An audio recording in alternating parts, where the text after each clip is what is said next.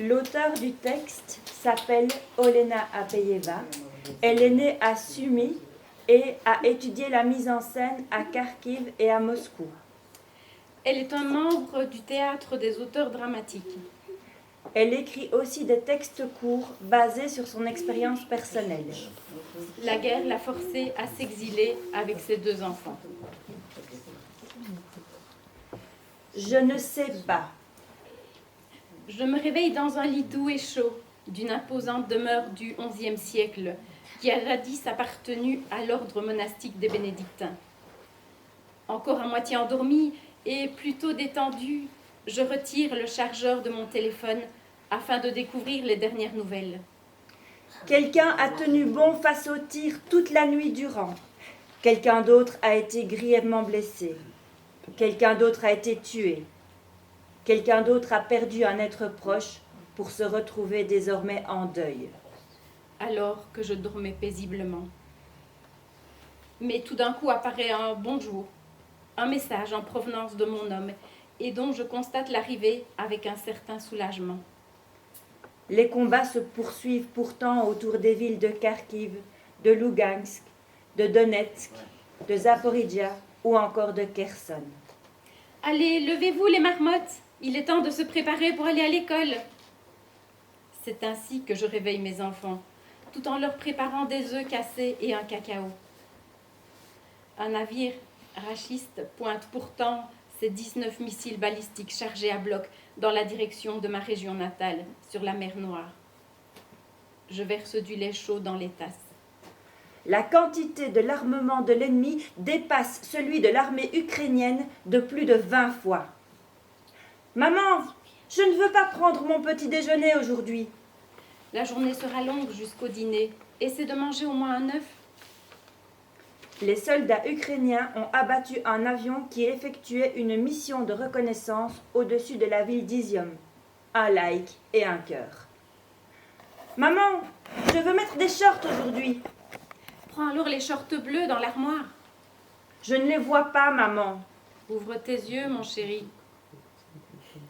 Dans la ville de Kharkiv, les forces armées ukrainiennes, le SBU, ont arrêté un homme fraîchement recruté par les services spéciaux russes. Dans celle de Bakhmut, une jeune femme qui remplissait le rôle de coordinatrice des frappes de missiles ennemis a également été arrêtée.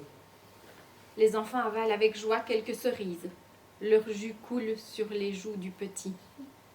Un garçon de 6 ans vient d'être tué à Lysychansk. J'entends à nouveau des bonjours, alors que je m'apprête à faire entrer mon fils dans sa classe, dont les portes donnent directement sur la rue. J'y vois des murs multicolores, beaucoup de livres et de jeux pour enfants y sont entreposés. Il y a aussi toutes sortes de vieilles bicyclettes entassées dans la cour. Aujourd'hui, on va chanter, dit le directeur en me souriant. Et 2 fois par semaine, on emmène les enfants à la piscine municipale de Rouen. Jusqu'à 1000 blessés et tués par jour. C'est un désastre, écrit une blogueuse. Le terme racisme est utilisé pour désigner, entre autres, l'élément fascisant dans l'idéologie politique russe sous le régime de Poutine. Il est également utilisé pour faire référence à l'expansionnisme militaire russe. Un sympathisant du militarisme russe est décrit désormais comme rachiste ou ruchiste. J'essaie d'apprendre le français. Une gare, une guerre. Un seul son suffit parfois pour changer le sens d'un mot. Ma sœur s'est installée à Saint-Nazaire. Hier, nous sommes allés au bord de l'océan, m'écrit-elle. L'eau était super froide, mais nous avons quand même été tous brûlés comme des écrevisses par le soleil. Je rêve toutes les nuits de mes grands-parents décédés.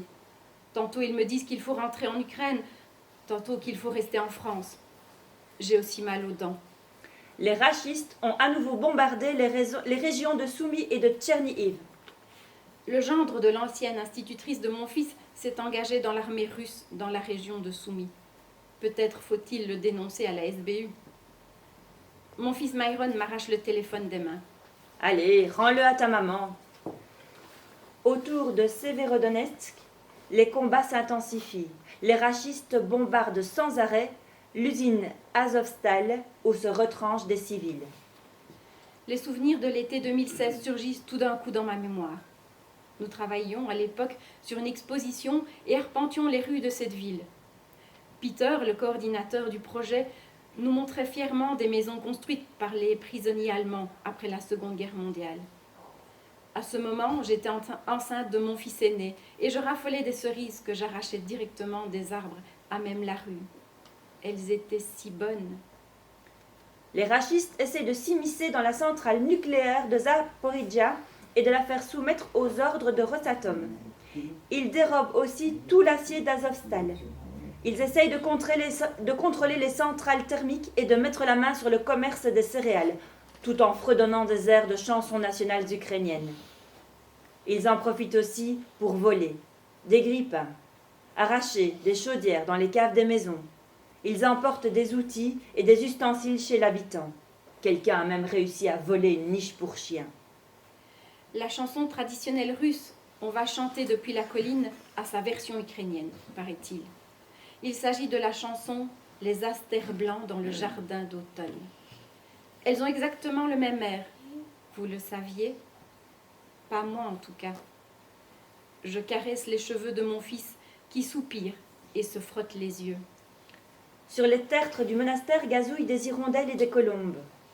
Le front s'étend maintenant sur plus de 2500 kilomètres.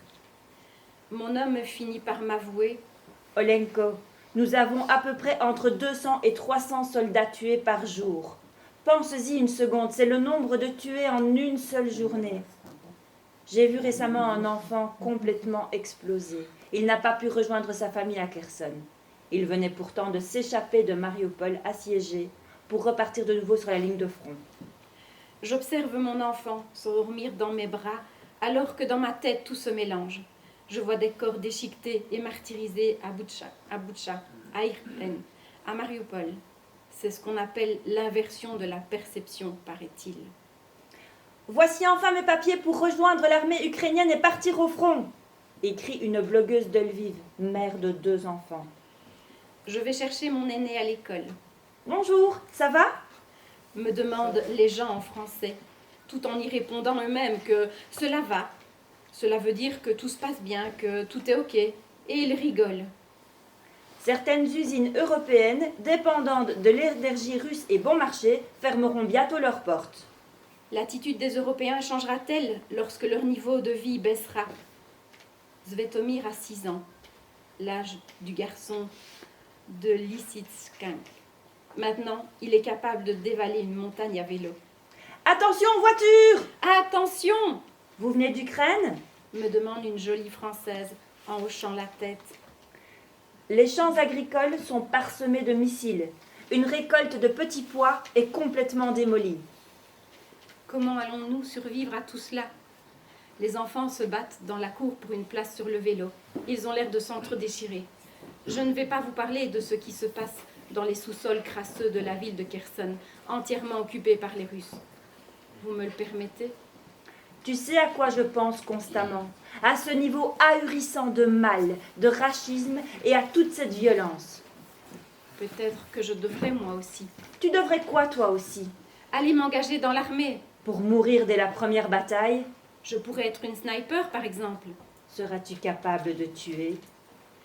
Svetomir se souvient encore de ses dinosaures, de ses boîtes de crayons offertes par Saint-Nicolas, de sa voiture autoguidée, de son chemin de fer en bois et de son scooter, des cadeaux de sa tata. Il se souvient aussi du vélo offert par son parrain, de chacun de ses livres, de chacun de ses jeux, de ses vêtements préférés, de son costume de nain de jardin, de la plaine de jeux pour enfants dans notre cour, de ses cours d'anglais ou du karaté, de sa classe à l'école maternelle, de sa bibliothèque, de son atelier de peinture, de sa voisine Lydia Antonivna, des chiens errants de Mykolaïv, à qui de temps en temps on allait apporter quelques os.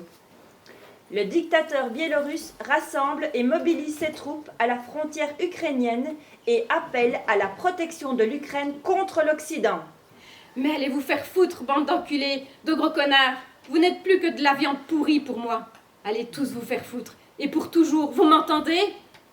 Les astères blancs dans le jardin d'automne. J'embrasse mes enfants sur le front. Je passe mes doigts dans leurs cheveux parfumés. Je caresse la peau douce de leurs petites jambes, de leurs petits ventres, de leur dos et de leurs joues, de leurs petits yeux, de leurs petits nez, de leurs petites oreilles.